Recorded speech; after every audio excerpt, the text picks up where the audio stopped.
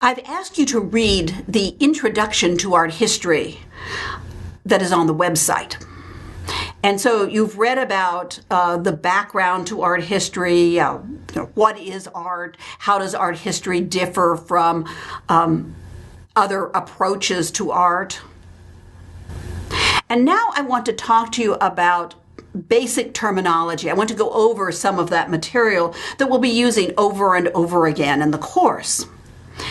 And three basic terms that we're going to be using are medium, style, and iconography. And one might say that every work of art, or almost every work of art, consists of these three basic components. Now, the one where there might be some question would be, some people would say that works of art that are non-representational, that have no subject matter from the visible world, from literature, from history, from religion, they might say that those have no subject matter and hence no iconography. On the other hand, some people would say, yes, they do have subject matter. It's not just from the material world around us. It's not representational. We'll leave that aside and discuss these three basic terms.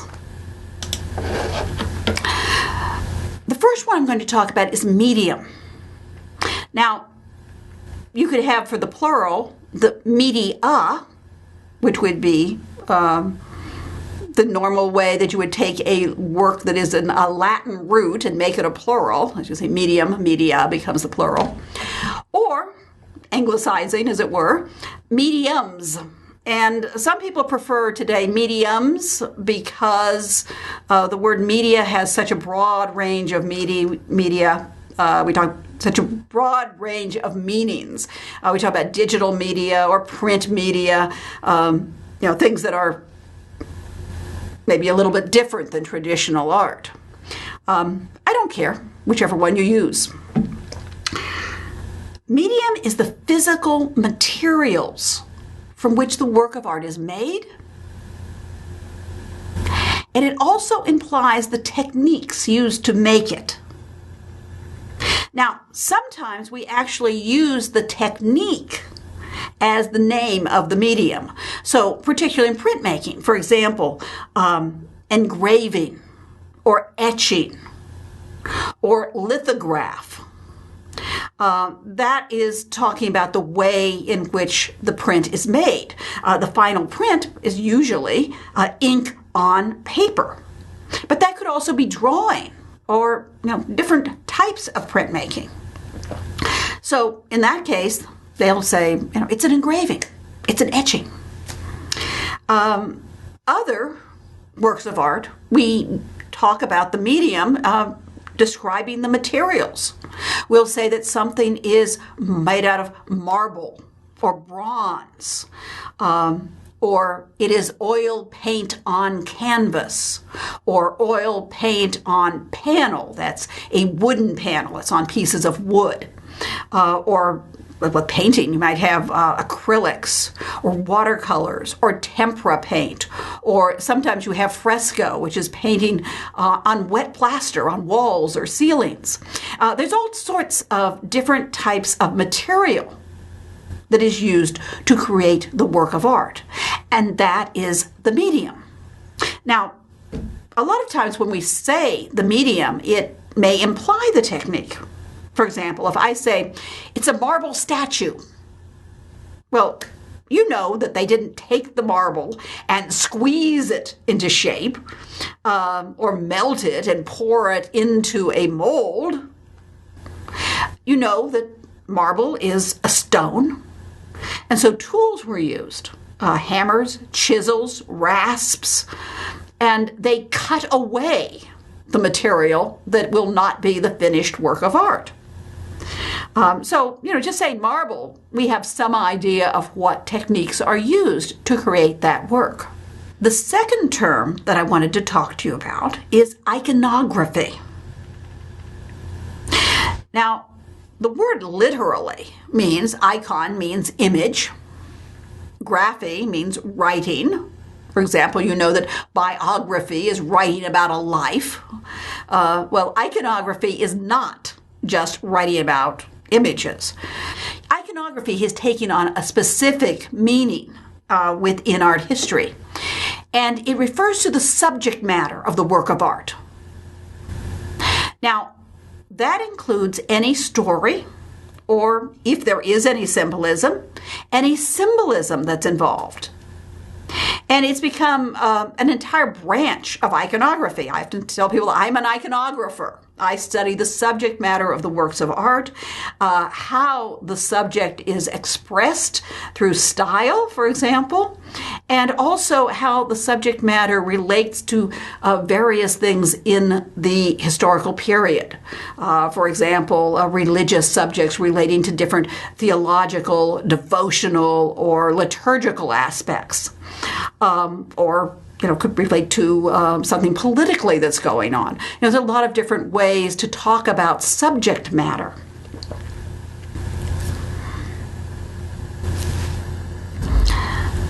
Now, when you look at your book, you'll usually see a title written. You'll have the name of the artist, if it's known, and then the title. And the title is usually identifying the basic subject.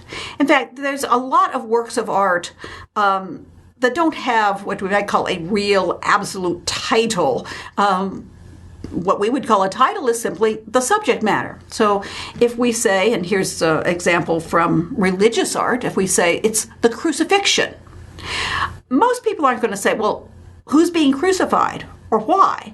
Because that is a subject from Christian art, and it implies that that's the crucifixion of Christ. You could have, I suppose, a painting of the crucifixion of Spartacus, but then it would be identified as that. Or if I say this is a painting or a statue of Hercules. Now, Hercules is a figure from Greek or Roman mythology. And so if I say Hercules, it implies, that this is a mythological subject. Now, there's a lot more than just identifying the basic subject. In those cases, it's often assumed that people know the story behind it. Because, for example, in Western culture, most people probably would know something about those subjects, even if they were not, of the Christian religion, or maybe they hadn't really studied mythology. They'd probably heard of Hercules.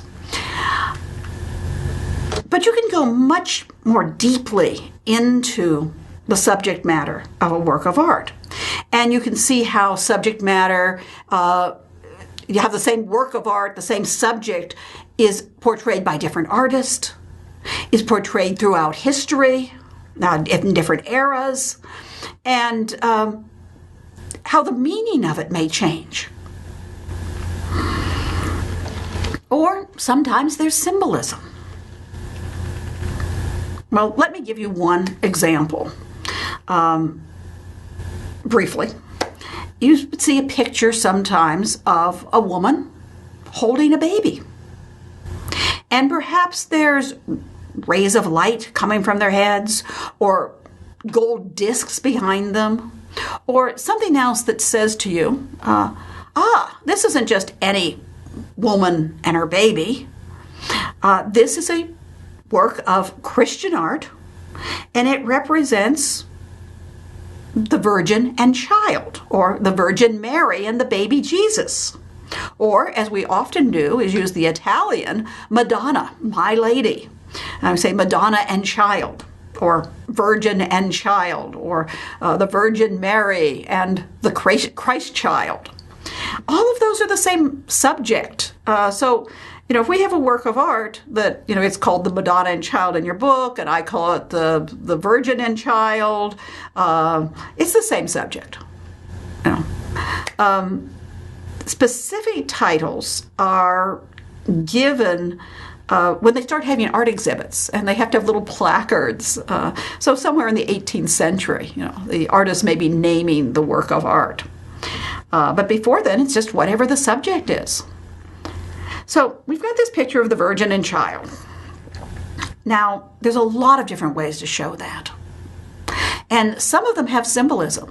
Sometimes you'll see Mary seated on the ground or on a very low bench or footrest or something like this. And then we're saying she's the Madonna of humility. And sometimes you'll see her enthroned, wearing a crown or with angels holding a crown above her head. And that is representing Mary as the Queen of Heaven. Because in Christian belief, she is the mother of Jesus, whom they believe to be the Son of God. And he is, by definition, the King of Heaven. So the mother of the king is the queen. We'd say the Dowager Queen or the Queen Mum, perhaps, if you're English. And there is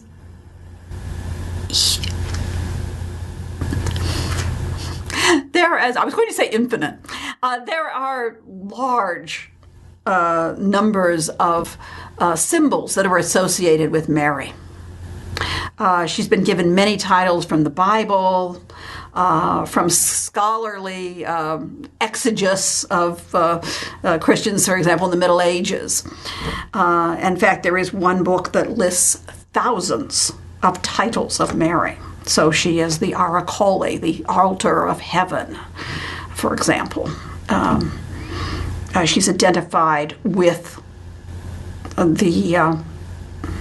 she's identified with the church. So when we come across these things in works of art, we'll talk about them. I'm not asking you to memorize every meaning of every work that ever existed, but when we talk about them in class, we'll identify these and discuss them. And sometimes they're controversial. Sometimes people say, yes, this. Some people say this is a symbol, and someone will say, no, it isn't. And they may even disagree about what it means. So that's scholarship. Style.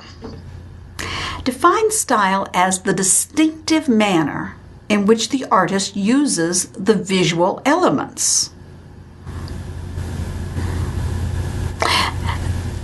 Now, that may sound a little vague, so let's get a little more specific. What are these visual or stylistic elements? Now, almost every introductory book on art or art history will list visual elements. And some of them have quite a long list. I've seen a book with 14 visual elements.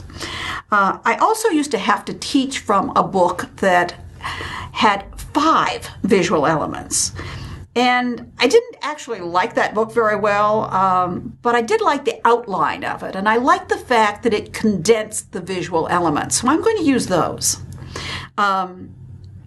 And for example, the word color. Some books will divide that up into color, light, and shadow. You'll get 3 out of that. In this case, they're going to combine them under that one heading, color. And things like volume, well, that involves both shape and space. So we can accommodate it within this short list, as it were, of visual elements. Now, we said that was the distinctive way in which the artist uses the visual elements. And we often say, that every artist has his own style. Now, some artists imitate others, sometimes more closely. Sometimes there's simply some influence there. But artists have their own distinctive style, just as each one of you has your own distinctive handwriting. And it may resemble someone else's, but a handwriting expert will be able to distinguish the styles of handwriting. And sometimes you're influenced. When you first learned to write, you were taught to write probably in elementary school, and you had to copy letters, and you would write like that. And then as time went by, you changed the way you would make some letters. when I was in elementary school, the girls used to put little flowers or hearts or something like that as their dot over their eye. And so, we influenced each other. One time I saw a picture of an old map, and I liked the way they made the G's. I thought it was very attractive, and I started doing that. I was influenced by that, for example. So, we are influenced by other people, and we may change our style because we change. My handwriting today is totally different than it was 40 years ago. And certainly much different than it was 50 years ago.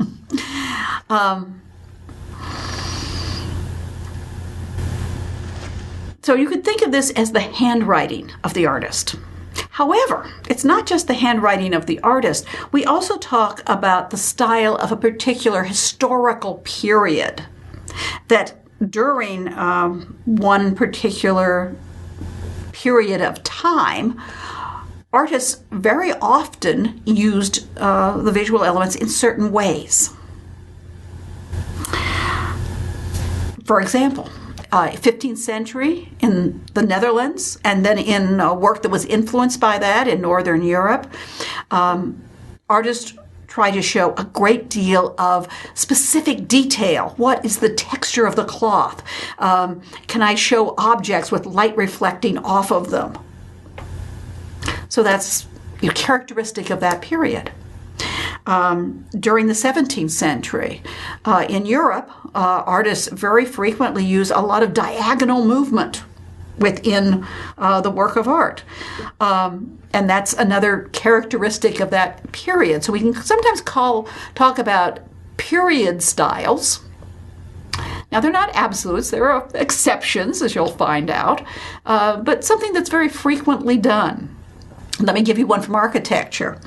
The pointed arch we associate with what we call Gothic art. It has nothing to do with the Goths, but that's what we call it today. And it starts about 1140 and extends, throughout Europe, in some places, lasting into the 16th century, for example, in England. But that pointed arch is considered a characteristic of Gothic art. Actually, it was actually used earlier in Burgundian art. But it was taken over and used with other visual elements and becomes a characteristic, if you will, of the Gothic style. In the late 12th or mid-12th through the 13th, 14th, in Northern Europe, 15th and 16th century. We also talk about regional styles. I just said something about in 15th century Netherlandish art in the lowlands, in what today would be Belgium and the Netherlands. And so I was combining temporal, 15th century, with a region, the lowlands, the Netherlands, and this is including what is today called Belgium. It's not just the Kingdom of the Netherlands, which we'll explain shortly. So we sometimes talk about regional styles. For example, 16th century Italian art. In most of Italy, the painting is what we call linear. It has very clear edges, sometimes even lines around them. But in Venice, in the 16th century, artists start to paint with loose brushwork, starting with Titian and continuing on. And even artists like Giorgione paint with soft edges, even very early in the 16th century. And then it becomes freer and freer, so you can even see the brushwork in the second half of the 16th century. So that becomes both a temporal and a regional characteristic that then is carried on into other times and other places.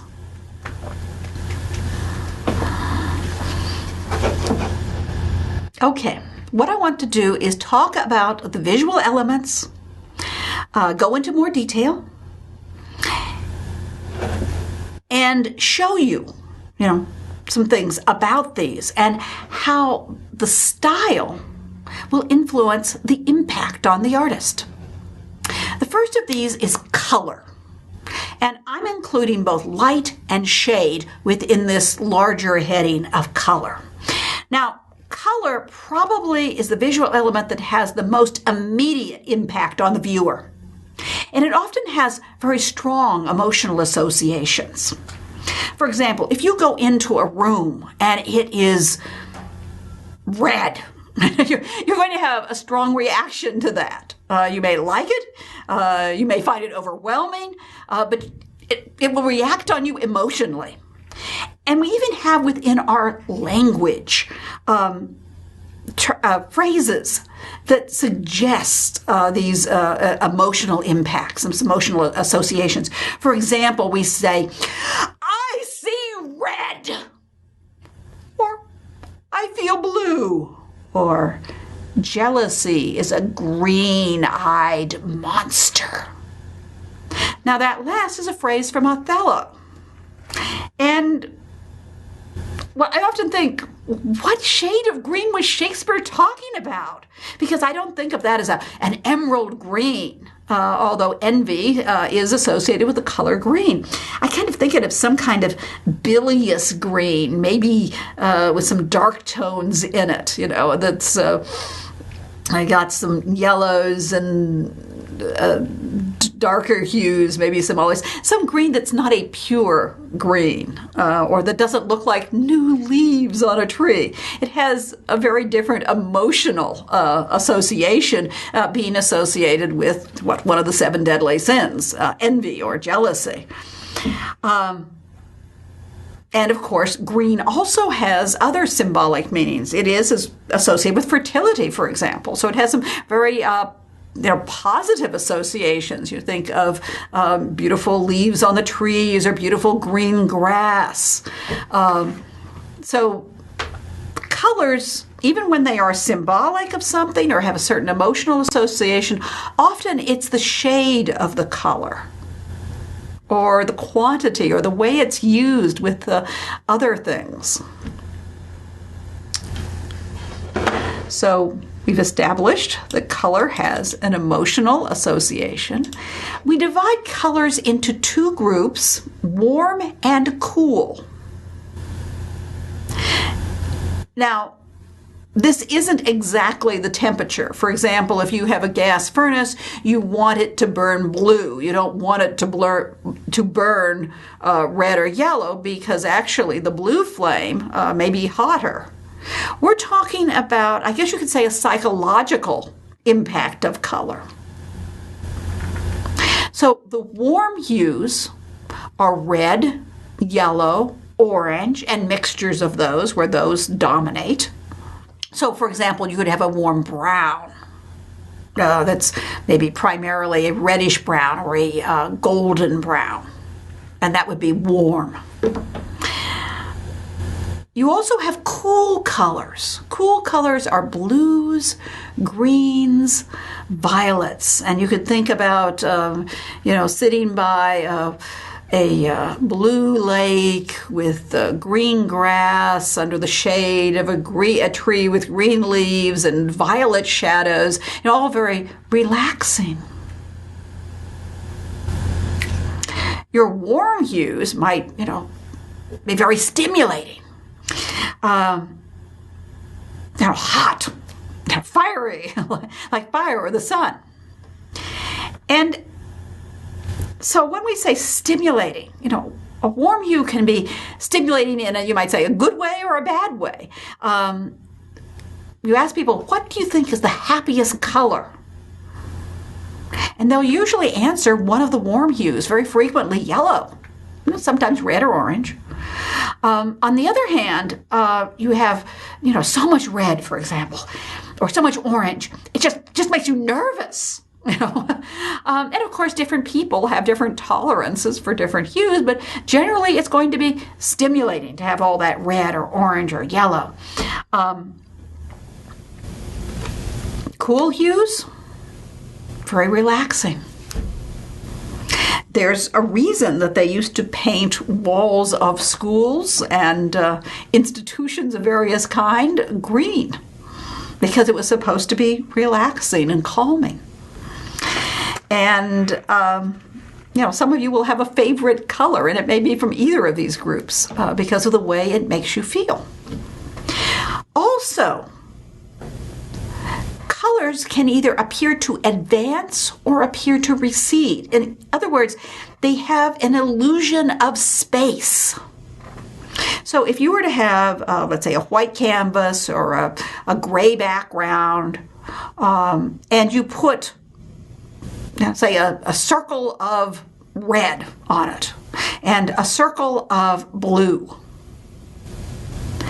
the red or the yellow or the orange might seem to pop out at you, and the blue might seem to go back, or the green or the violet.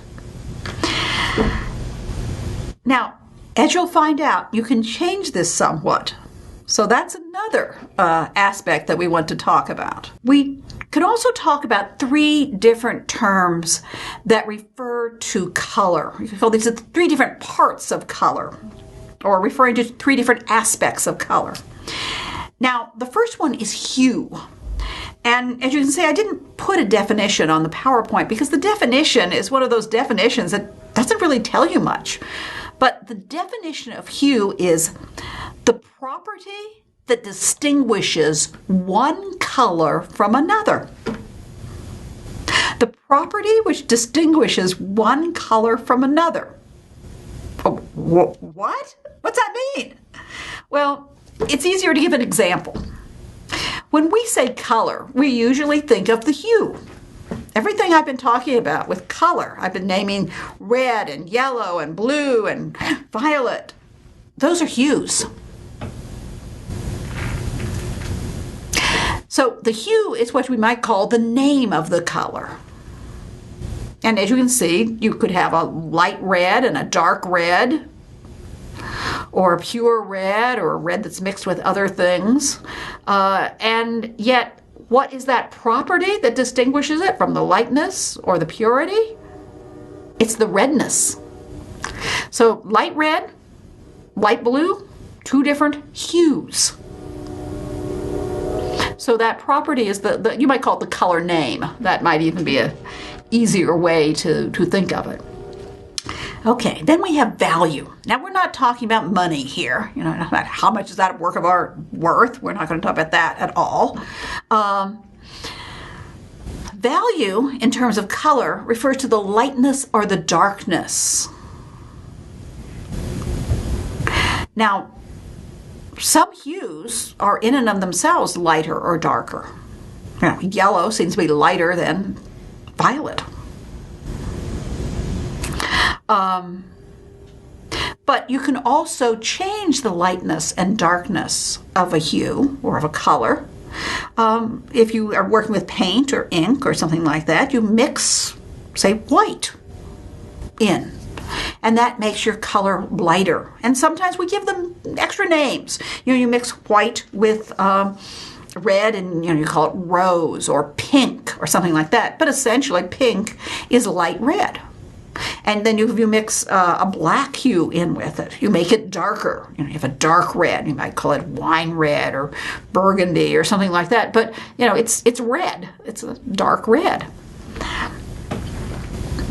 Saturation refers to the intensity or the purity of the color. Now, some books will say it's the brightness or the dullness, but those terms also refer to the texture. You think something that's very highly polished as bright, and something that's very matte, and not polished as dull. So I'm not going to use those to refer to saturation. I'm going to use purity and intensity. We're not working with light, so every time you're using a pigment, such as in paint, there will be some impurities. If you mix black with yellow, you're going to get something that has some green in it because they make the black with blue pigments. But if you can think of the most pure, The most intense of these different hues.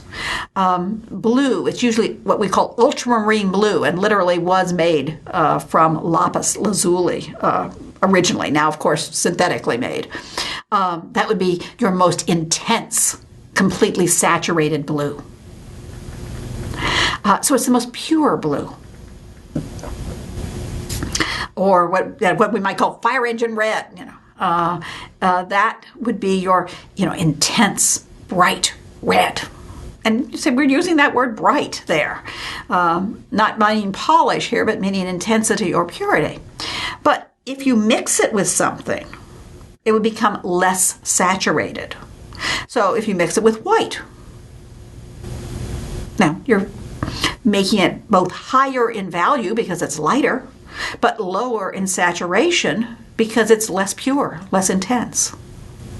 Or you could mix it with black, or you could mix it with another color. So there's all sorts of ways of changing that saturation. Artists have a diagram that shows color relationships, and that's called the color wheel. And as you can see, there are different hues that are shown, kind of a wedge-shaped form, forming a ring or a wheel. In the center, you have gray. We'll explain why. And you can also see that some of these hues have numbers next to them. You have yellow, blue, and red. All have a 1. These are what we call primary colors. And let's say you're a poor artist and you can't afford to buy, dozens of tubes of paint today. You would probably buy just a few. And among those would be a yellow, say cadmium yellow, blue, maybe an ultramarine blue, red, probably once again a cadmium red. And then you'd probably buy yourself some white and some black. And with those, at least in theory, you can make any hue. Actually, as you learn what your palette is, you'll probably pick up a few other hues that you want to use. But yeah, you can keep it fairly simple because from those 3 hues, yellow, blue, red, you can create almost any other hue. But there's no way you can take other hues and put them together and make yellow or blue or red. Those are the primary ones. Those are number 1. You have to have those to make the other ones. Okay, then you can see 2s next to some of them.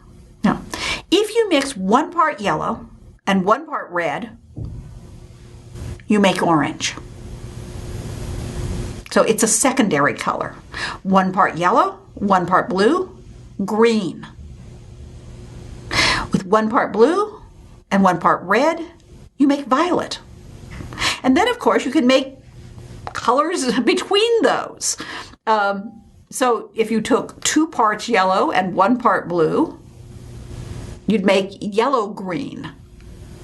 Or 2 parts blue and 1 part red would be blue-violet. Now, you could go on to this infinitely, making it smaller and smaller bits. It doesn't have to be done mathematically. Most people mix to sight. But it gives you an idea of what these color relationships can be and how you can use them. When hues are adjacent on the color wheel and they're next to each other and they're sharing some hue, we call these analogous, and they're harmonious because they are sharing a hue.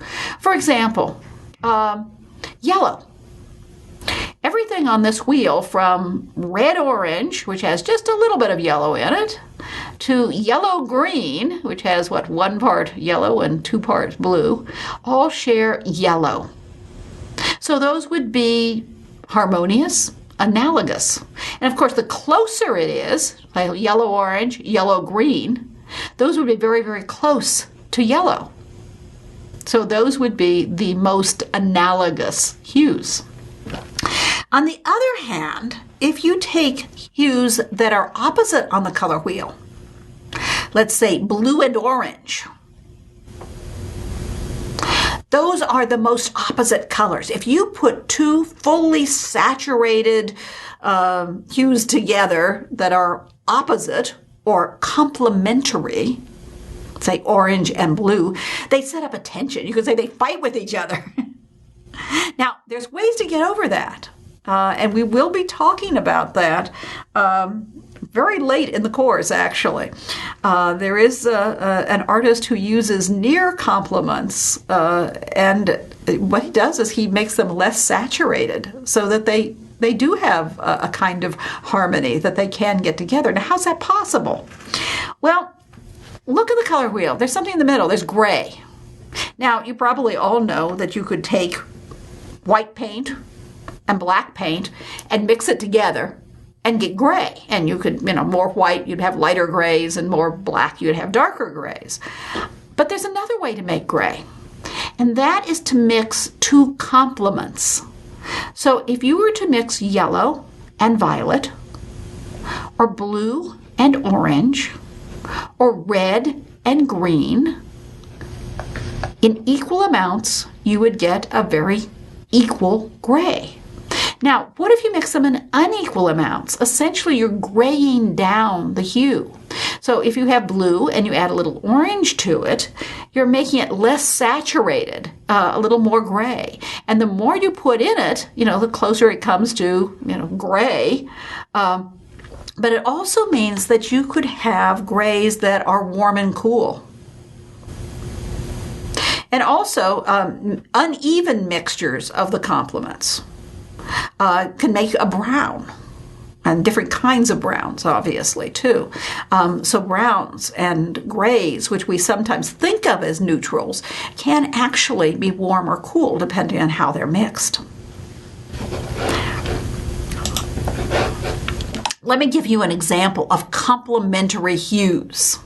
Now, notice that this is complementary with an E, not complementary with the I. It's not giving somebody a compliment, not saying something nice about them. They complement each other. In other words, they fit together. They're opposites that work together. You think of something like yin and yang. They fit together as a whole, but they're very different. So here we have our example, and I'm using red and green. And this is a painting by Vincent van Gogh from the late 19th century. And it's known as the Night Cafe.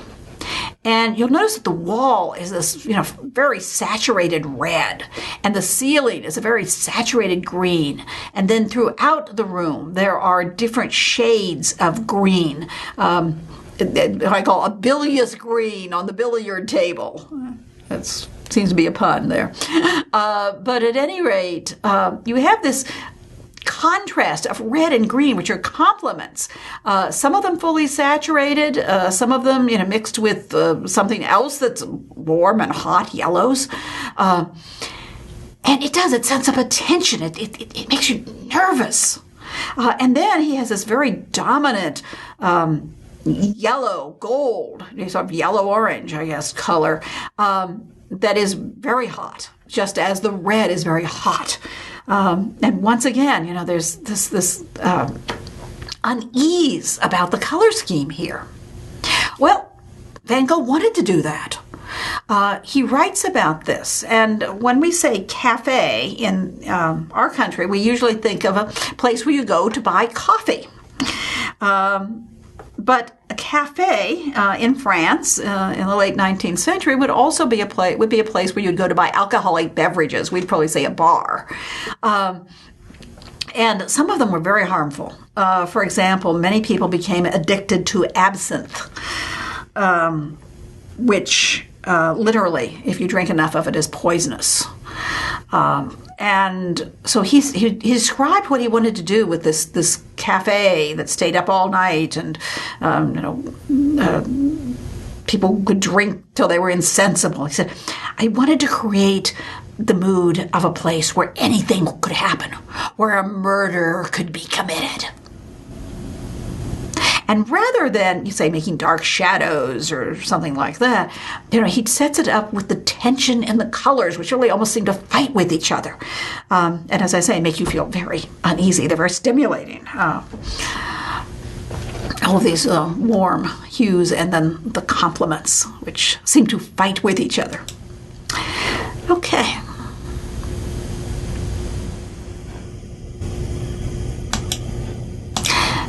Now, we also want to talk about, we talked about hue, we want to talk about the value or the lightness or darkness of a color. And we said that warm hues seem to, or warm colors, warm hues seem to advance. And cool hues, or cool colors, seem to recede. In other words, they appear as though they have a different spatial placement, even though it's an illusion. But it's also true of value. Light colors appear to advance. Dark colors appear to recede. So this is one way you can manipulate space in a painting. If you want something to seem to come forward, you can make it lighter. And if you want it to appear, receding, going backwards, going further in depth, you could make it darker. I'll show you an example in a moment. Another term that I want to give you, and we will be using this one, is chiaroscuro. Chiaroscuro. You can see, divide the word into sort of two parts. Chiaroscuro. It means literally in Italian, light, chiaro, scuro, dark.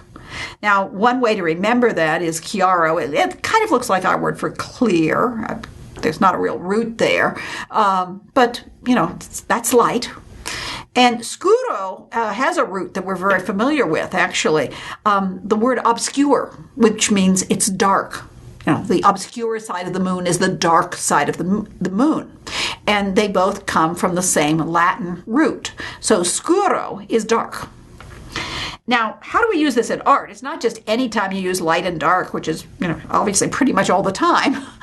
But it refers to modeling or shading in light and dark to make an image appear solid. And pretty much most artists who are trying to create a illusionistic image will be using chiaroscuro. So here's an example. You've probably seen reproductions of this. It's an 18th century portrait of a young aristocrat, and we know it as The Blue Boy by Thomas Gainsborough.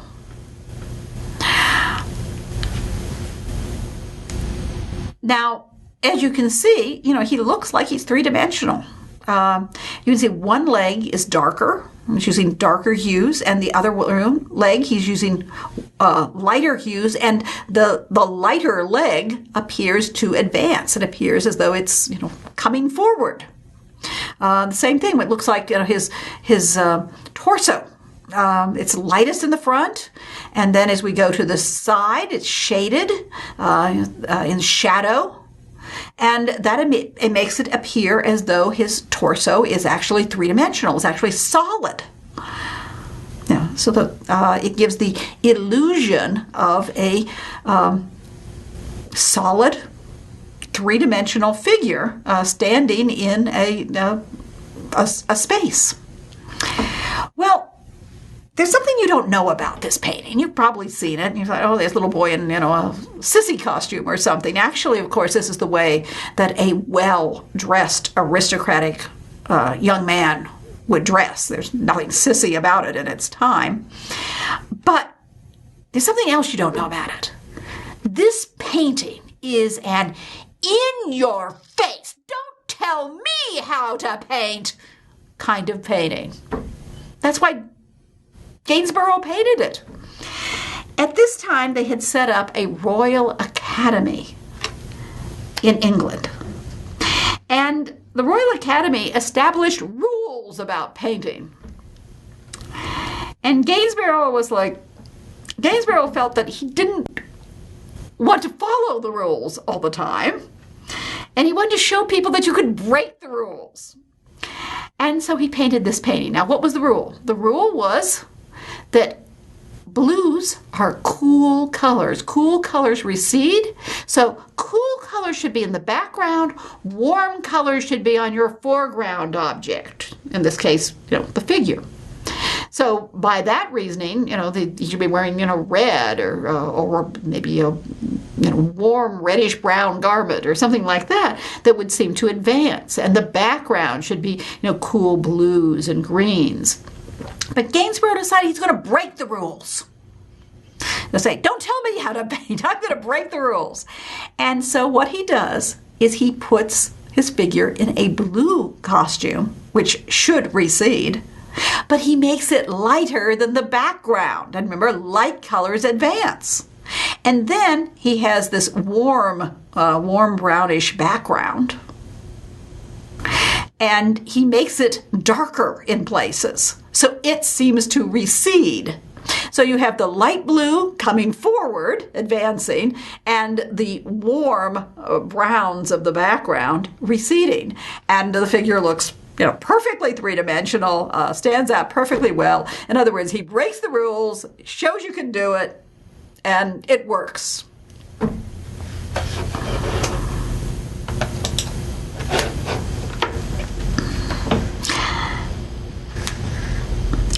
Line and brushstroke.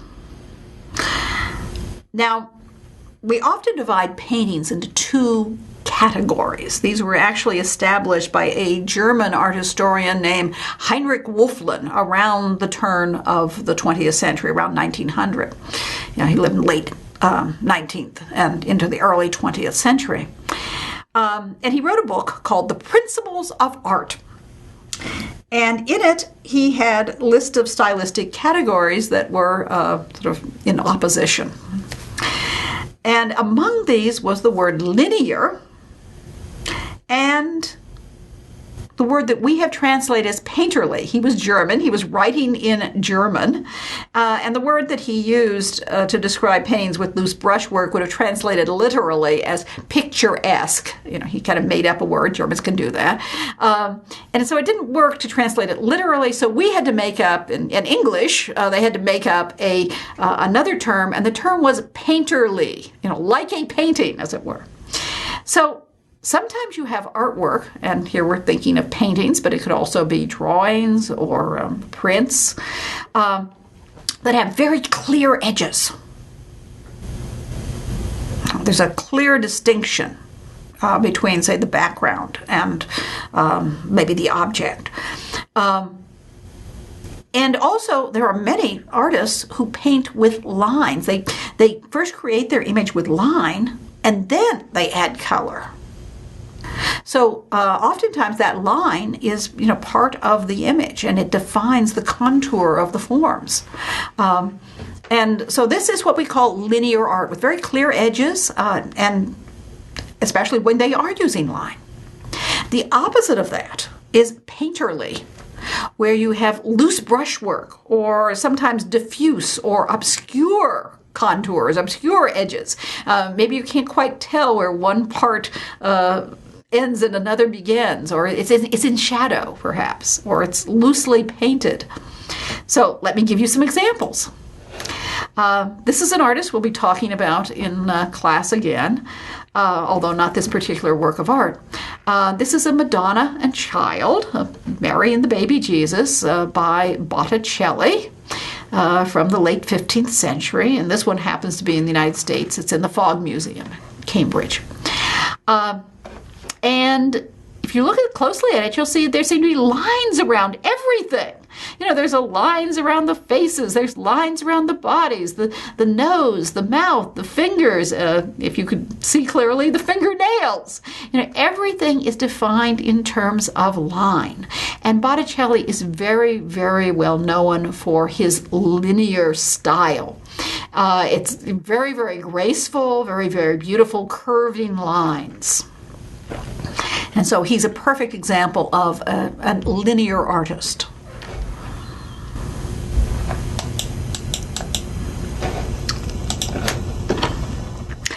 But here's the opposite.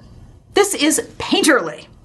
And my example here is a detail, so when you're going close in, whenever I can, I like to show details because it gives you a better example of what the painting surface actually looks like. And this is from one of Rembrandt's many self-portraits. And so, as you see, we're sort of honing in on the face. That's what a detail means. You're looking closely at one part. And as you can see, we can actually see the brush strokes.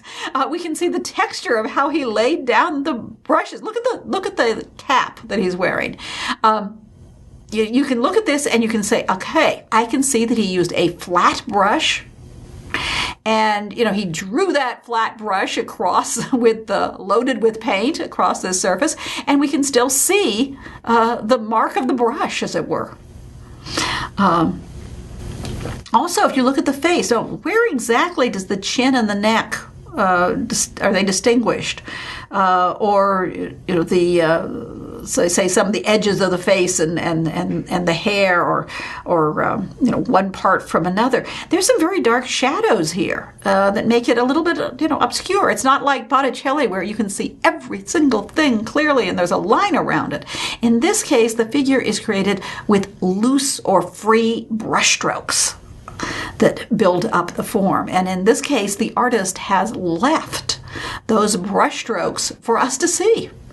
And sort of like the activity of the artist, that we can still communicate with that. We can still get an idea of his physical activity, what he was doing. Okay, we've talked about color, line and brushstroke, and now we want to talk about shape. Now, line and shape can have direction and movement. I'm not necessarily talking about, physical movement, although there are works of art that are kinetic, that do move, say mobiles, for example. But implied movement, if you will, or if you want to call it psychological movement, I guess you could do that too. Some forms seem to be, some shapes seem to be more horizontal, vertical, diagonal, curving, or angular. So let's look at some examples and let's see how the artist can use that and what's implied, what emotional or psychological state is implied by these different shapes or different directions of either line or shape. For example, horizontal, something that's stretched out, seems to be peaceful, serene, relaxing. You're lying down to sleep. You're stretching out to rest. And so what I'm giving you here is an example by a 17th century artist named Vermeer. It's a view of his home city, his view of Delft in the Netherlands. And if you look at the different shapes in it, the buildings, there you have a strong band, almost a horizontal band of the buildings on the side of this water. And then if you look even closer, you're seeing, say, the roof line, you're seeing this wall, you're seeing the edge of the quay, you can see a bridge just off-center, a little bit to the right. And these are all horizontal forms. You have a little bit of a kind of curving diagonal in the foreground, but it's pretty much horizontal until it tapers off a little bit. And then if you look at the clouds are about 2/3 of the painting. And there is an artist of the same period of the 17th century named Ruysdael who brings clouds billowing in on diagonals. But that's not what's going on here. The clouds are actually floating around in our horizontals. And you want to have a line from one side of the picture to another that describes them as sort of horizontal, paralleling the shape of the town and the buildings. And of course, if everything were horizontal, it'd be really boring, wouldn't it? So of course, the clouds are not, I say a rectangle. They're amorphous in shape. They're just longer. And you have a lot of small vertical elements, towers, edges of buildings, for example. Now, I'm going to tell you something about this serene, peaceful, relaxing view of Delft. If you look at the space right over the bridge, as it were, it looks a little bit empty. Well, there was a reason for that. They had an armory there, and one time the armory, filled with gunpowder, blew up. And, of course, it took out the houses that were around it, and it left a great crater in the ground. And this painting was painted after it, and it has been suggested that Vermeer was doing it as, sort of good propaganda for his city. He wants it to look safe, serene, relaxing, like that never ever happened or isn't going to happen again. And interestingly enough, that bridge, which is, as I say, before the place where the armory once stood, is actually shorter. So he's extended it and made it more horizontal, more calming, as it were, right at the place where the disaster happened. Incidentally, they rebuilt the armory and it blew up again. So it's not quite as safe as you might think from looking at this picture. Okay, the opposite is vertical, things that go upwards. And we often do associate Gothic architecture, and this is a 13th century French church, and it's actually the side aisle of Reims Cathedral, which means it's lower, than the main point. But as you can see, it still exemplifies verticality. You have all of these little colonnettes that are attached to the larger column, and they're rising upward. They seem to be thin and tall. And then you have pointed arches that, once again, are pointing upwards.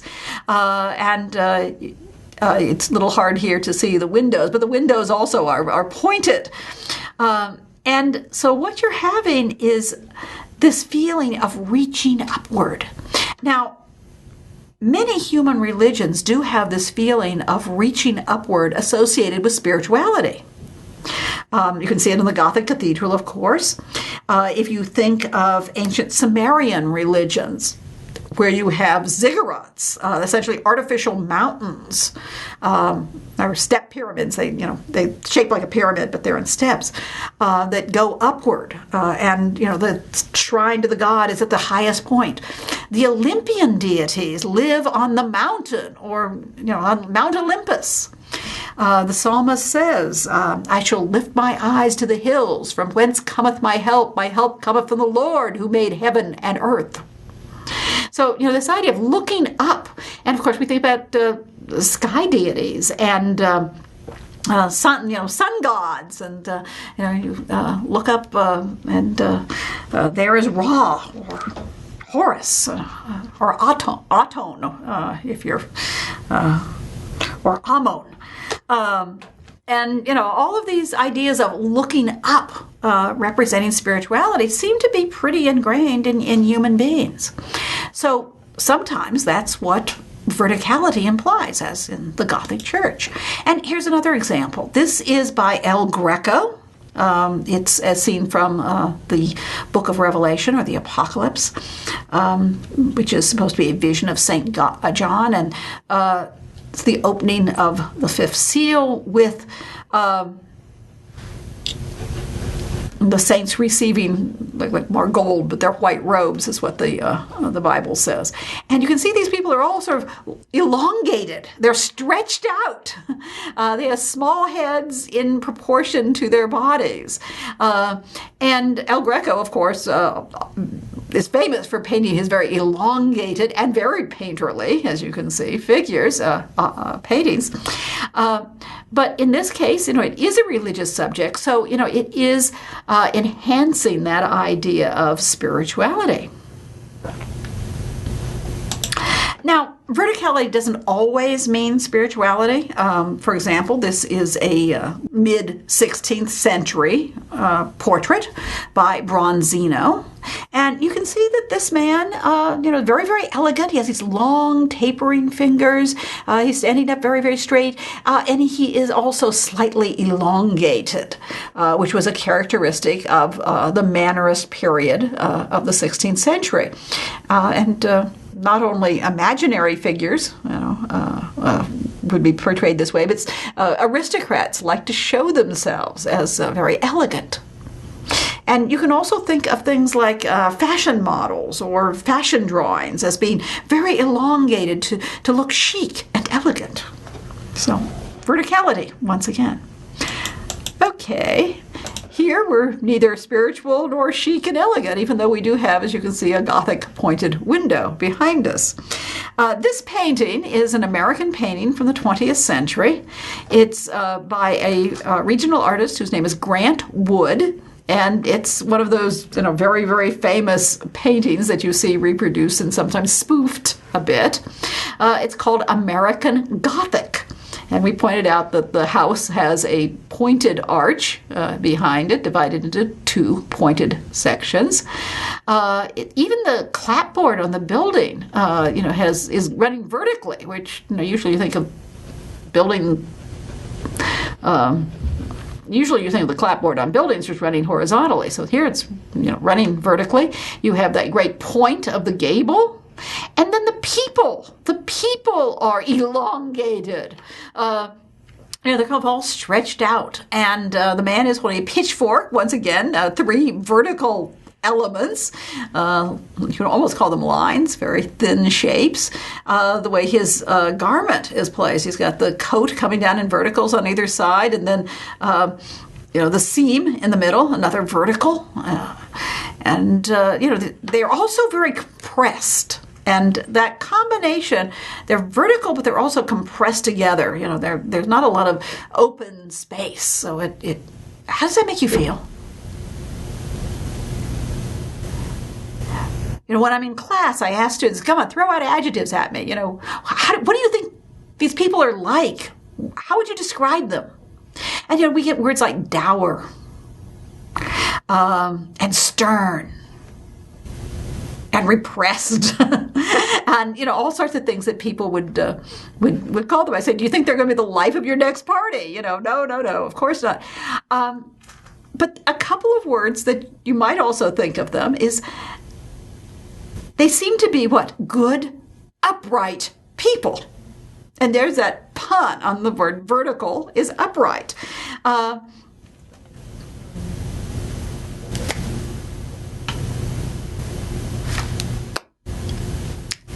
So he's playing, I guess, a little bit visually, verbally, with this idea of verticality in a very different way than the works that we just saw. Artists are free to take elements and, create something a little bit different than other people. In fact, we want them to do that.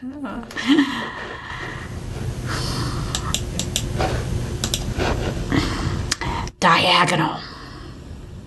Diagonal implies action, drama, movement.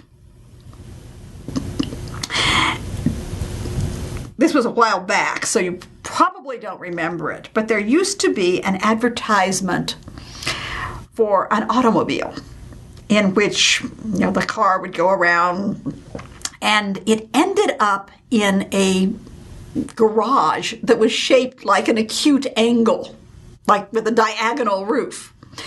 And the tagline was, "Triumph, the shape of things to come." And of course, driving right into that triangular garage, it was implying speed, movement, going forward.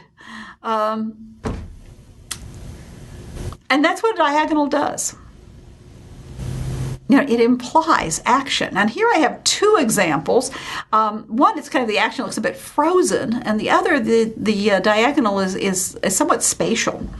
The one is from a 5th century BC Greek relief, and it's the battle of the Greeks and the Amazons. And as you can see in the battle scenes, people are on the diagonal. You have this one group of the two Greeks threatening the Amazon, and they may create a equilateral triangle because the men are leaning in and the woman is another sort of triangle below them. That's why I say it looks frozen, because they're so equalized that we have that idea of the action, all of these diagonals and the legs and the stance and the raised arms, and yet they're so completely balanced that they almost seem to be frozen in their action. On the other side, you have the man, the warrior, pulling the Amazon from her horse. And, of course, he's leaning back and she's being pulled back. And then the horse is going the other direction, is rearing up. So once again, you have this feeling of action, something implied by the diagonal. And if you think whenever you move, you've got to throw yourself off a perfect vertical form. And, and you do... perhaps if you're running, maybe on a bit of a diagonal. The other work of art is from the 16th century, late 16th century, by an artist named Tintoretto. And he has exaggerated the perspective. He has exaggerated these architectural moldings and what are supposed to be wall tombs. They're reaching back into space, and it just seems to, to zoom back into space with this diagonal movement. And you also see this figure in the foreground, in the left foreground, with the raised arm, raised up diagonally. Okay, what's going on here? This actually is the finding of the body of Saint Mark, the discovery of the body of Saint Mark. Some of you know that the patron saint of Venice is Saint Mark, and the Cathedral of Venice is San Marco. And this is essentially showing how they got their relic, which is supposed to be the body of Saint Mark, which is in the cathedral, I believe, under the altar. He was supposed to be buried in Alexander, so they went to Alexandria and found the body. Well, there's lots of bodies. How do we know which one's Mark's? So they're pulling these bodies out of the tombs up there on the wall. Probably didn't really look like this, but this is, centuries and centuries later, imaginary. And St. Mark comes down from heaven. He's the figure in the foreground with the raised arm, and you can see a little glow of light, his halo around his head, and it's like he's saying, "Stop! You found me! Take me back to Venice." So it's obviously a little spot of what we might call holy grave robbing that is being approved of by the saint himself. So are we talking about a lot of movement here, like a battle scene? No, we're talking about drama. And all of those dramatic gesture of the raised hand and the dramatic diagonals of the perspective, seem to zoom back into space. People taking bodies out of tombs, well, this makes it dramatic. This makes it exciting. It elevates it, in a sense, to something besides grubby grave robbing. Okay, curving lines. Curving lines, we feel, are innately graceful. And for your example, I brought you in two female figures. One is by a mid-20th century British artist, Henry Moore. And he would often use these abstract forms of female figures. And of course, the curving lines are implying, femininity and gracefulness. And of course, there's a long tradition of that. And here is an early 16th century example, about 1510, by Giorgione, probably finished by his friend Titian after Giorgione died in 1510, known as the Sleeping Venus. So the goddess Venus sleeping in the landscape. And as you can see, we have these very graceful curves, very gentle. curves here that define the female form and are also, in some cases, repeated in the curve of the landscape and a little bit in the clouds and this winding road and the hillock behind her. So that idea of grace is implied in the curving forms and curving shapes and lines. Now, curving forms can also be very energetic. For example, and I'm bringing you something very, very old. Some of you may remember this from the Art History 1 class if you took it. It's a Minoan landscape. It's sometimes been called the earliest landscape that still survives.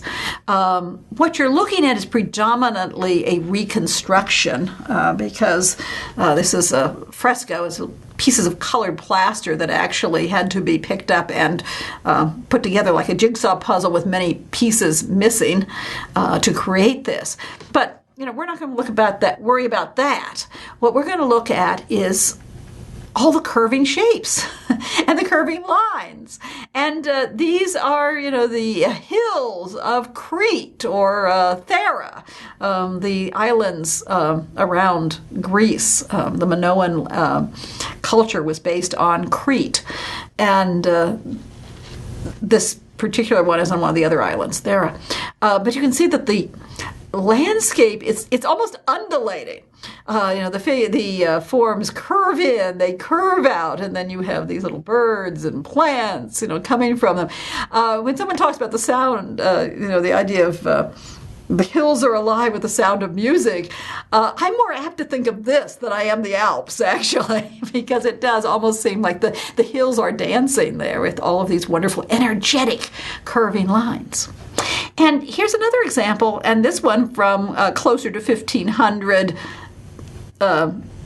CE or AD, actually probably around 1482. This is Botticelli's Primavera. The title means spring.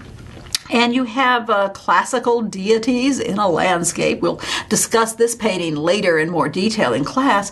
What I want you to notice here is all of these shapes and lines that are just, curving forms. And Botticelli's known for that. And if you look at them, they almost seem to be forming a little dance, a very staid dance, not, today's dancing, but almost like when you would dip down and come up. And so you have Zephyr, that's the blue guy, on the far right, and he's leaning out, he's grasping Chloris, and someone says go down, and then her arm leads you up. The figure next to her, his arms leading down and then up. The draperies and the gesture of Venus, the female figure in the center, down, and then the hand, this welcoming hand leading you up. The three graces are dancing in a ring. And as you can see, the hands are raised, you can always imagine them, going around in a circle and maybe dipping up and down. And then our eye goes down and, it comes up with the Mercury's hand. We follow that up and we follow his arm upward. So there is this rhythmic movement implied by the shapes and the myriad of curving lines. And it seems very, very graceful, but also, an energy about it. As I said, it's almost like a dance on the surface.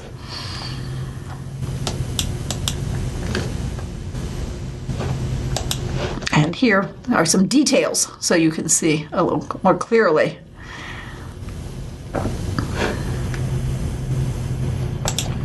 Okay, besides curving forms, we have to have geometric shapes. Now, obviously things like arcs and circles, kind of have both curving forms and more cubic shapes as can be fitted within the idea of geometric shapes. And what I picked to illustrate that was a tomb statue of a pharaoh from the Middle Kingdom in Egypt. And you can see the block from which this was carved, it's very much a rectangular form.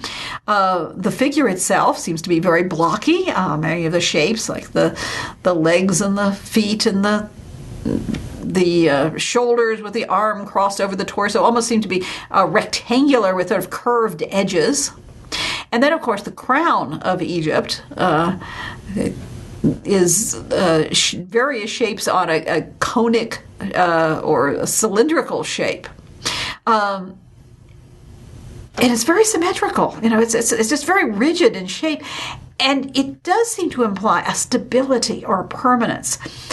These were used in tombs for what we might call the soul of the deceased. There were believed to be different parts of the soul, and one was called the ka. And the ka, if he didn't have a place to rest, would have to wander the earth. So they tried to preserve the body, but what happens if something happens to the body? He could also use something like the tomb statue of the deceased, in this case, the king or the pharaoh. And so they wanted this to imply, eternity, stability, permanence. It was to help the pharaoh live forever, that his spirit would continue on. And that seemed to be implied. Now, not all geometric shapes are going to seem to be, stable and permanent. You also have angular forms, forms that are, like acute angles of, say, a triangle. This is Picasso's Weeping Women from the 20th century. And the figure seems to be broken up into all of these angular forms. If you think about how you feel when you're suffering or when you're upset, when you're going through a lot of pain or, emotional trauma, you may feel like you're coming apart. And he visualizes that. So when you look at this, it may even give you a better feeling of suffering and pain and agony than a very realistic image of, we're looking out at someone crying. She's literally coming apart. And you can see that the parts of the face, have angular forms that, they're almost like there's daggers stabbing at you. It does seem to imply suffering and agony and pain.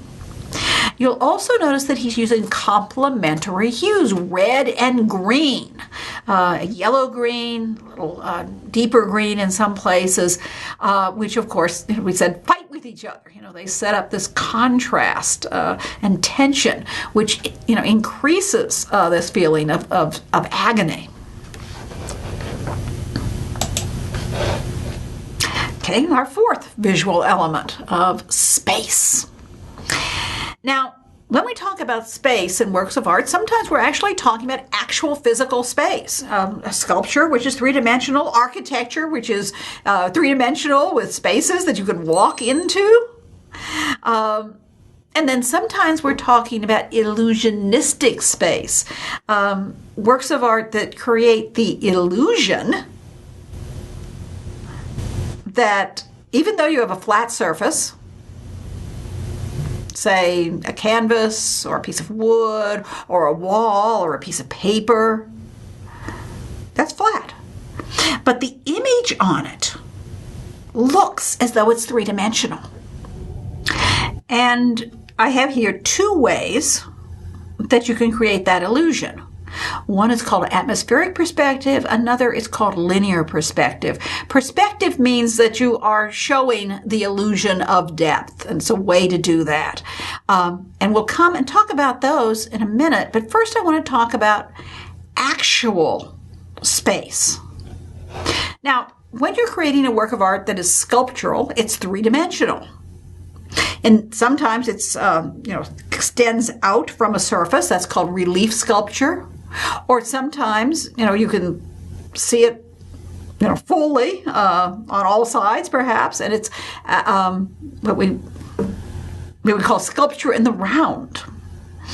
And so this is a sculpture that you could literally walk around and see it from all different angles, that we're just looking at the photograph from one point of view. It is a 17th century statue in marble of David, as he's battling the giant Goliath. And it's by undoubtedly one of the most important artists of the 17th century, Bernini. Now, Bernini had a way of creating a link between the viewer and his works of art. And here you see David is in action. And you can see all those diagonals that make you feel, diagonal movement. And he's pulled back his arm. He's holding a sling. He's got the rock in the sling. And he's going to let it fly. Now, what I want you to do is imagine you're standing in front of this picture, the statue. There is the space that is occupied by the actual marble statue. But with Bernini, there's almost a kind of, I call it charged space, a relationship between the viewer and the statue, because it's almost as though he could let that rock fly and it would come into your space. So he's breaking down that illusion that this is just art. You're supposed to react and interact. And so the space between the statue and the viewer actually, has some meaning, as well as the physical space of the statue. Now, another type of space, of course, would be architecture. This is space that you can actually walk into, that you can actually experience around you and above you. And I'm going to show you here two different examples of religious architecture. One is a model of the hypostyle hall at Karnak in ancient Egypt. It's now, of course, somewhat in ruin. Some of it still survives, but you can get a better idea when you look at this little model. And you can see that there are these huge pillars. Hypostyle, we refer to this as there's a forest of columns, a forest of pillars. And so they're very, very thick. A human being may be extremely tiny in this space. Now, how does that make you feel? Okay, imagine, let's say you're an Egyptian priest, because not anybody could walk into the temple. The ceremonies would begin outside in a large open area. And in fact, they would process from about 3 miles away from Luxor to Karnak. So you're out in the desert sun, as it were, open spaces. And then you come to the temple. And you enter into this hall. And from this big expansive space of the outside, you're in a forest of columns. And these are huge columns. They dwarf you. And they're very set close together, as you can see. How do you feel? You might feel small and insignificant.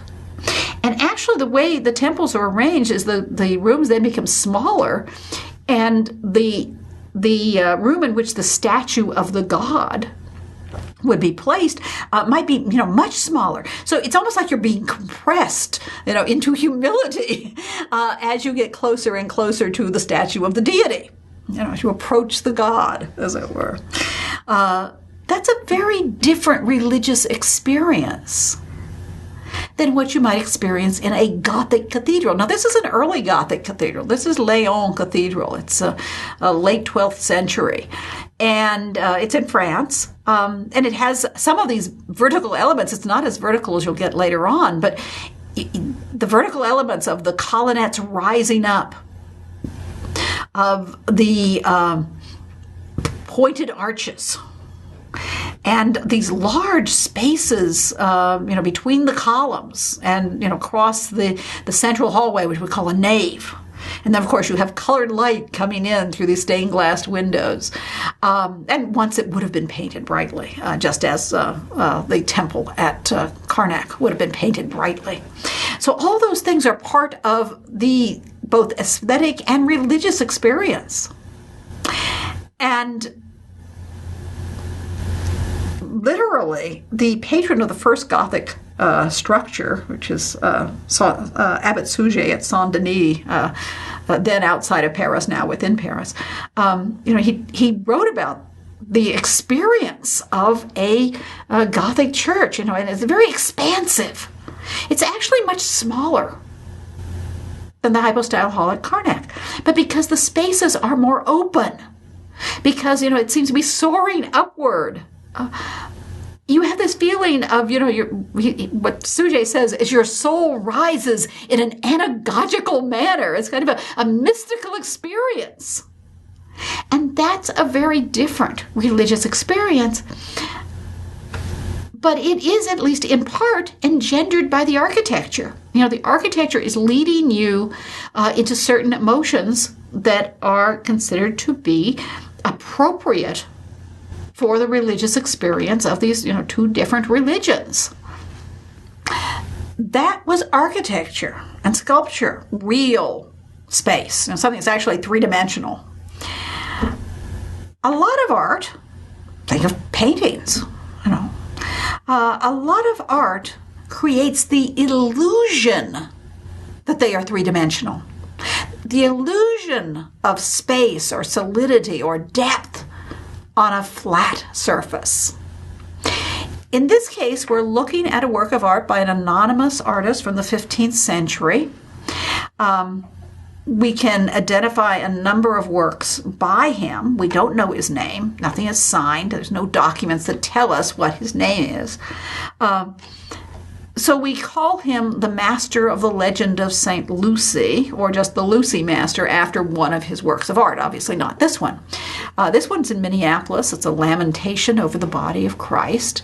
And I brought it in because it illustrates a number of ways to create the illusion of three-dimensionality. And here are some of those ways. Overlapping. Now, we see in the center Mary, holding her dead son, Christ, on her lap. And behind her is standing St. John. He's the figure with the yellow garment. We say that, Christ is on Mary's lap, even though we know this is it's a flat piece of wood, essentially, that's been painted. Because we can see her knees, and most of the body seems to be where we visually would interpret her lap to be. And then there's John, and we'd say he's behind her. Now, the painter didn't paint the entire figure of St. John, and then paint the entire figure of Mary, and then paint the entire figure of Christ on top, each one on top of the other. He knew that the illusion would be created. He just painted the part that we see of John, and the part of Mary. Her underneath Christ is not painted blue for Mary's garment. He would have stopped and painted Christ there. So we have this overlapping of the figures. They appear to overlap because they abut each other, and we interpret them as continuing on beneath the other figure. Okay, overlapping. That's a good way to suggest that there's some depth, that one figure is behind another. Another is different sizes. When something's large, we think of it as being closer to us. So here we have these people in the foreground, and they're pretty big compared to the background. Look in the background. There's this whole city. Of course, it's supposed to be Jerusalem, but it actually is a city portrait of Bruges in Flanders. This happens in a number of paintings by the Lucy Master, so we know he came from Bruges. And you see various towers. There's the Beffroi, as it was being built at the time, and the tower that's closest to the crosses is the tower of the Church of Our Lady. But wait a minute, those are huge towers, and these are walled cities. None of these people could fit in that. The people are much larger than the buildings. And then you've got mountains, and the people are much larger than mountains. Well, this doesn't make any sense, or does it? It makes sense visually. Because we know that when something's close to us, even if it's smaller, it's going to look larger. So a person who's standing close to us looks much larger than that distant city, or those distant trees and mountains, which look smaller. They're smaller as they get further and further away. So size suggests to us that these objects and figures are in 3 dimensions, that they're actually existing in space.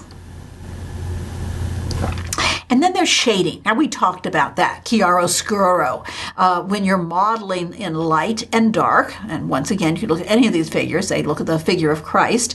There's dark shadows, there's medium tones, and there's highlights. And that makes the figure seem to be solid and 3-dimensional. And here's a term I promised to explain to you: atmospheric perspective. It's also called aerial perspective because it has to do with the atmosphere or the air. And, our region's a perfect place to look at them. If you're driving down the Blue Ridge Parkway, why do they call it the Blue Ridge Parkway? Because as you see these mountains in the distance, there's air or atmosphere between your eyes and the distant mountains, and sometimes, depending on the atmospheric conditions, it gives them a kind of bluish haze, sometimes a grayish haze. But so it seems to be blue. And then, of course, if you get closer, it may take on the actual colors of, say, the trees. Say it's fall, and then we start to see beautiful colored trees as the leaves are turning. And if you get out of your car and you walk right up, you can see the individual shapes of those trees. So we have this blueness, but we also have this haziness, something that's far away from us. Like those mountains, they look hazy. They've got softer edges. And something that's really close to us, that's really clear, has harder edges, as you can see in the picture. And when you get really close, as I said, you get really close to that tree, you can see every vein in the leaf. But you can't see it from a distance. It just looks sort of hazy. So that hazy and often that bluish tone that, for example, distant mountains take, that's called atmospheric perspective. So if something gets hazier and bluer in the background, we're seeing atmospheric perspective. And then the foreground, and I know I don't have any details to show you of this, but if you were looking at the details of the figure, there's plants. This is actually a characteristic of the Lucy Master. He has lines of strawberries and leaves, and you can see the lines of them. They're very clearly painted. They're not atmospheric at all in the foreground.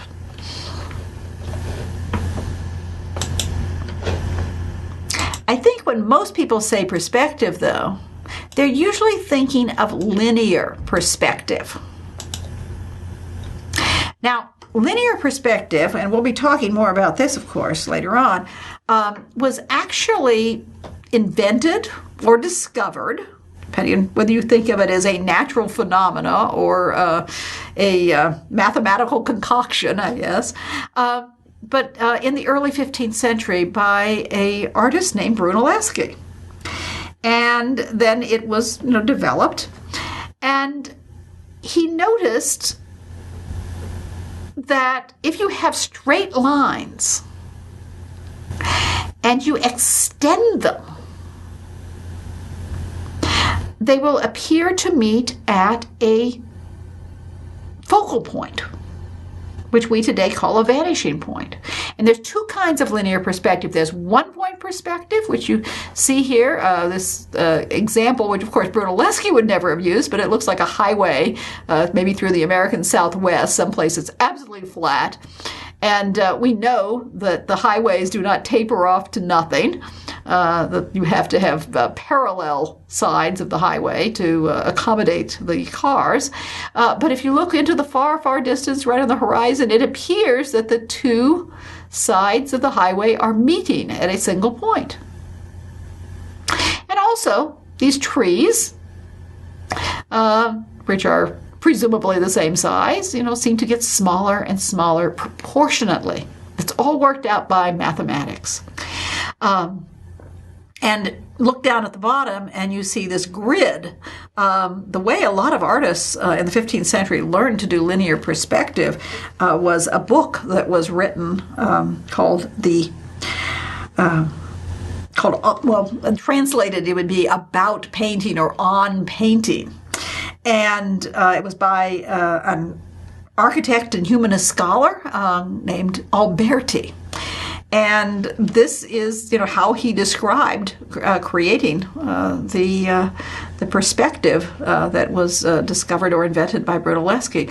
And you can see that you have lines that are oblique to the picture surface. They are not parallel. They, extend out, seem to meet at a single vanishing point. And then, and once again, you're working it all out with your mathematical and geometric constructions. These shapes, this little grid, the lines that are parallel to the picture plane seem to get closer and closer together as they go back into space. One of the things that you will notice, and when you take your quiz, notice this, that in the 15th century, when they first started doing linear perspective, a lot of times they'd create these grids and then they'd use them as the tiles or the inlaid marbles on the floor of the building that they are showing in their picture. I'll show you an example in a moment. There's another kind of linear perspective that was invented by, or discovered, by Brunelleschi. That's called two-point perspective. And this is when you're showing something, let's say the edge of a building is pointing out at you. You see this rectangle, this cube here.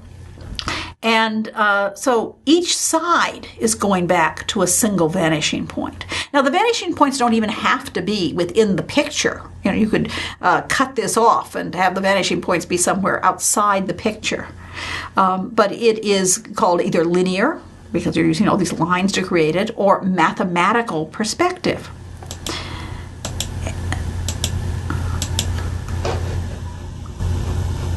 And here's some examples. On the left, I have a 16th century, early 16th century woodcut of the Nativity by Albrecht Dürer. And you can see that there's a lot of straight lines that are oblique to the picture plane. You have the edge of the plinths. You have the joints of the threshold. You have these rafters in the ruined stable. And they all, as you can see, if you extend those lines, meet at a single vanishing point. And though over here on the right, we have a painting of the Annunciation from the 15th century in Italy. And you'll notice the grid on the floor that I mentioned. And then even the walls. This artist wants to show you that he knows how to do linear perspective. He's put coffered ceiling, the lines in the ceiling, lines on the walls, and they all go back to a vanishing point in the landscape outside the window, not centered here. And then he puts his figures in the foreground, so I guess he doesn't have to deal too much with the relative size. But of course, this subject has mainly two figures in it, Mary and the angel telling her that she will bear the Christ child. But that gives you an idea what I talked about, is once you've done all that work to create the grid, many of the artists wanted to use it. And here's another example. This is from the Sistine Chapel in the Vatican. On the walls, you have scenes from the life of Christ and some of the scenes from the figures of the what the Christians call the Old Testament, the stories of Moses, for example. And this is by the artist Perugino. And it's Christ giving Peter the keys to the kingdom of heaven, which is essentially a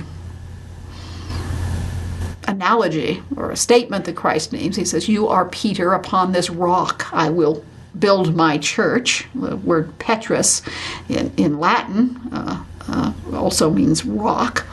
"And I will give you the keys to the kingdom of heaven, and whatever you bind on earth shall be bound in heaven, and whatever you loose on earth shall be loosed in heaven." And that is the verse that the bishops of Rome, the popes, say give them their papal authority and primacy, because Peter became the first bishop of Rome.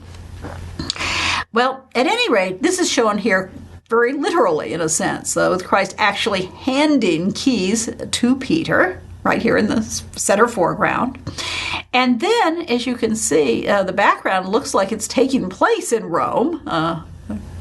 Jesus was never in Rome, but with these very classical buildings. Some of them look like triumphal arches. They are actually based on Roman triumphal arches, and a octagonal domed building in the center. But you can see once again the grid that's on the stones of the piazza, and how the people are proportionally small. These people are further back in space, so they're smaller. The people who are foreground are larger.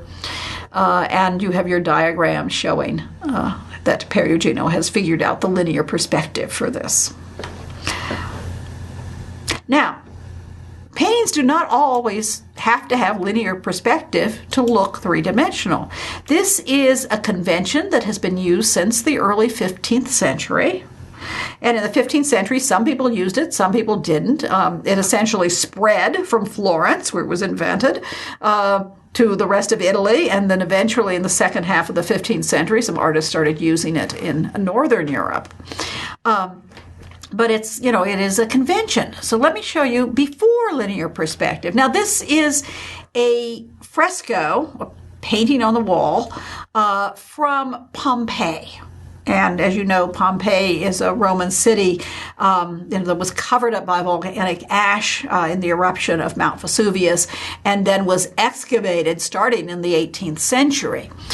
So this is one of the paintings on the wall, and it's not in perfect condition, as you can see. It's painted very freely too, but I think you can make out the fact that you have different buildings here. The Romans, as far as we know, never used linear perspective. There's some discussion about whether they knew the mathematical principles, but we have no pictures that have survived showing linear perspective from Roman times. And moreover, we have no authors talking about it, not necessarily those words, but just describing it, which makes us think that the artist did not use it. And here, of course, they aren't. The buildings look three-dimensional. They're shaded. We can see pillars and doorways and roofs, but they're from all different points of view. For example, the building here on one of it's kind of ruined off to the left, but you can see a doorway and some corbels underneath the possibly the roof line. And the doorway, it looks like here, it looks like we're looking up into the door and up to the cornice, and you can see shading. And the other building, seems to the edge of it is pointing out to us, the corner of it, but the two sides go back at very different angles. It's not an organized two-point perspective there. And then the building on the right, we're looking down on. We're looking down on the roof, as it were, rather than up. They all look pretty much three-dimensional, but they do not follow the conventions of linear perspective. Now, that's nothing wrong with that. And that's one of the things I often have to teach students, because I'll have students say, well, they didn't do it right, or, it's wrong that they didn't use linear perspective. I say, why do you say that? Because at certain times, artists use linear perspective.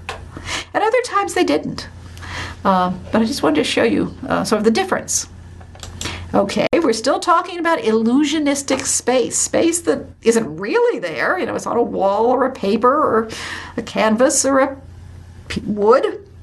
And here's two examples, one from art history from the 16th century, and the other probably familiar to you from popular culture. Both are to illustrate foreshortening. Foreshortening. Now, foreshortening, I'm going to defined as the perceived distortion. It's not really distorted, it just looks that way. So the perceived distortion of an object that is oblique to the picture surface. Oblique meaning that it is not parallel to the picture surface. So, okay, let's take Uncle Sam first. Uncle Sam from the World War II recruiting posters is pointing out at you, and he's saying, "I want you." And his finger is coming straight out at us. Except, if you literally think about it, it looks like, what is it, short and stubby? His arm looks kind of shortened. That's what we call foreshortening. That's what it looks like when something is coming straight out at you. Imagine, someone's got his hand out straight at you, and the other arm, in fact, you can use this, Jason, I've been showing it. The other arm is parallel to the body, or to the picture plane, if there's a picture. Well, that hand that's extending straight out looks larger than the hand that's parallel. And also the arm is going to look, shorter and stubbier.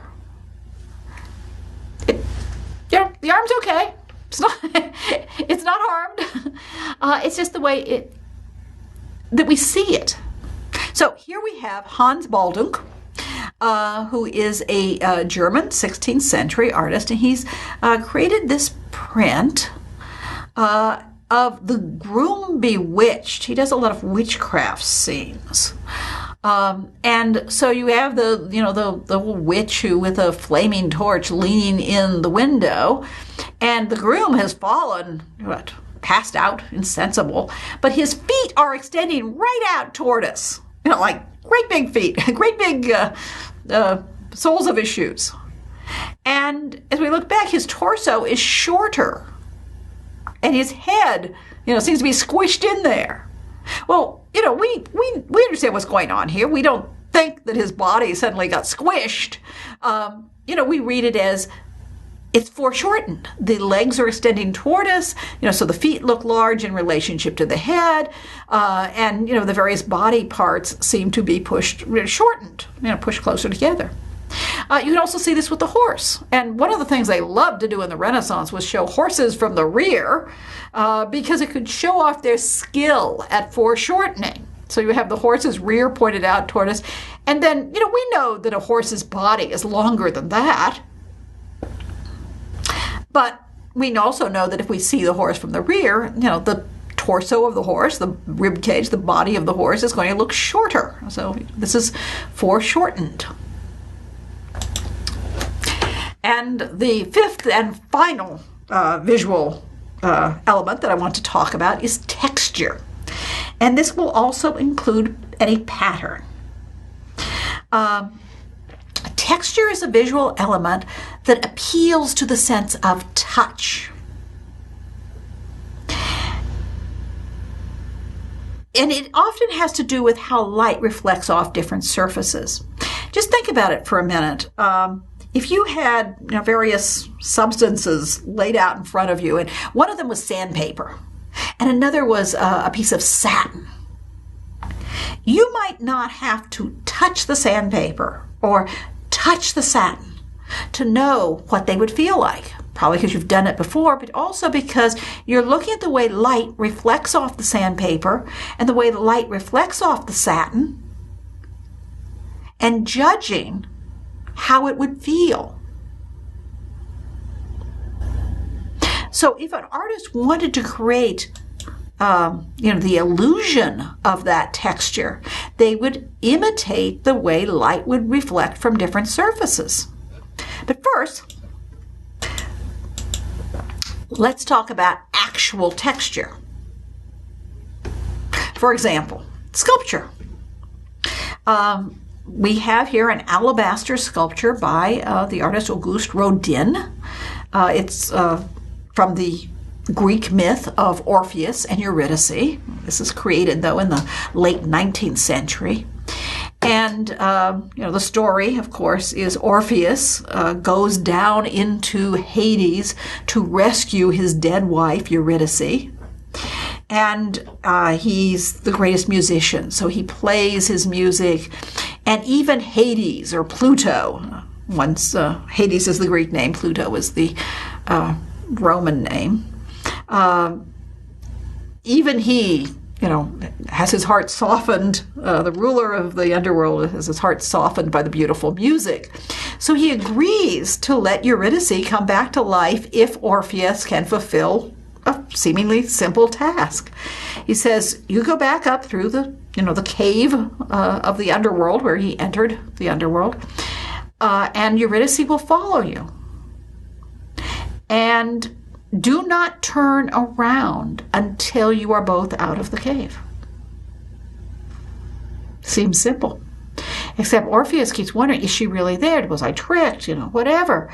And he's so anxious to see her that he steps out of the cave and turns around. And Eurydice is still within the mouth of the cave, and he loses her forever. So this is, before, they're just still in the cave, in the entrance of the cave, and Orpheus has not yet stepped forth. See, he's covering his eyes. It's made out of alabaster, which is somewhat translucent stone. So the figures are polished, and somewhat light can sink into them as well as reflect off of them. But what the artist has done is to give you that stony feeling. He's left the stone with some of the marks of the tools, some of the marks of the stone without, polishing it up. And it's giving you that feeling of actual texture of the stone to contrast with the polish of the figures. So this is, what the actual texture of the stone is. No one's painted this to look like it. On the other hand, you have, and this is just a tiny little detail from a painting by Jackson Pollock. It's called One, and he is the artist who does a lot of drip paintings or action paintings where he throws and drips paint on these, huge canvases. So, you see a little reproduction and you can, barely make it out. But if you look at it very closely, when you're looking at the actual work, you see all of these different textures, which are the actual texture of the paint. Some places where it's dripped, some places where it's very thick, some places where it may be so thin that you can see this canvas beneath it. And all of these different shapes and textures of the paint itself. So that's the actual texture of the paint. Now, there are other artists who create the illusion of textures from the natural world. They're imitating the surfaces and the way light shines on those different surfaces.